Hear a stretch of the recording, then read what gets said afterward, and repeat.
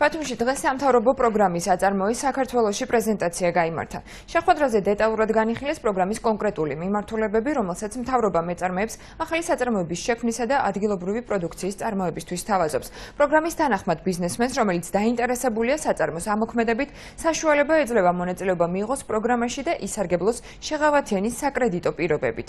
კერძოდ კი მეწარმეს შეუძლია რამდენიმე ბანკში წარადგინოს პროექტი და აიღოს შეღავათიანის სესხი. ასევე მიიღოს უძრავი ქონება სახელმწიფოსგან სიმბოლურ ფასად. სახელმწიფო პროგრამის ფარგლებში გახსნილი საწარმო უნდა ქმნიდეს სასოფლო-სამეურნეო პროდუქციას, ან ამ მიმართულებით უნდა მუშაობდეს. თემის დეტალები მთავარ გამოშვებაში. ამ პროგრამის ფარგლებში სამი კომპონენტით ვეხმარებით მეწარმეებს. პირველი კომპონენტი ეს გახლავთ ცდომა ფინანსებზე, რაც გულისხმობს საბანკო სესხის 1-დან 3%-მდე საპროცენტო განაკვეთს.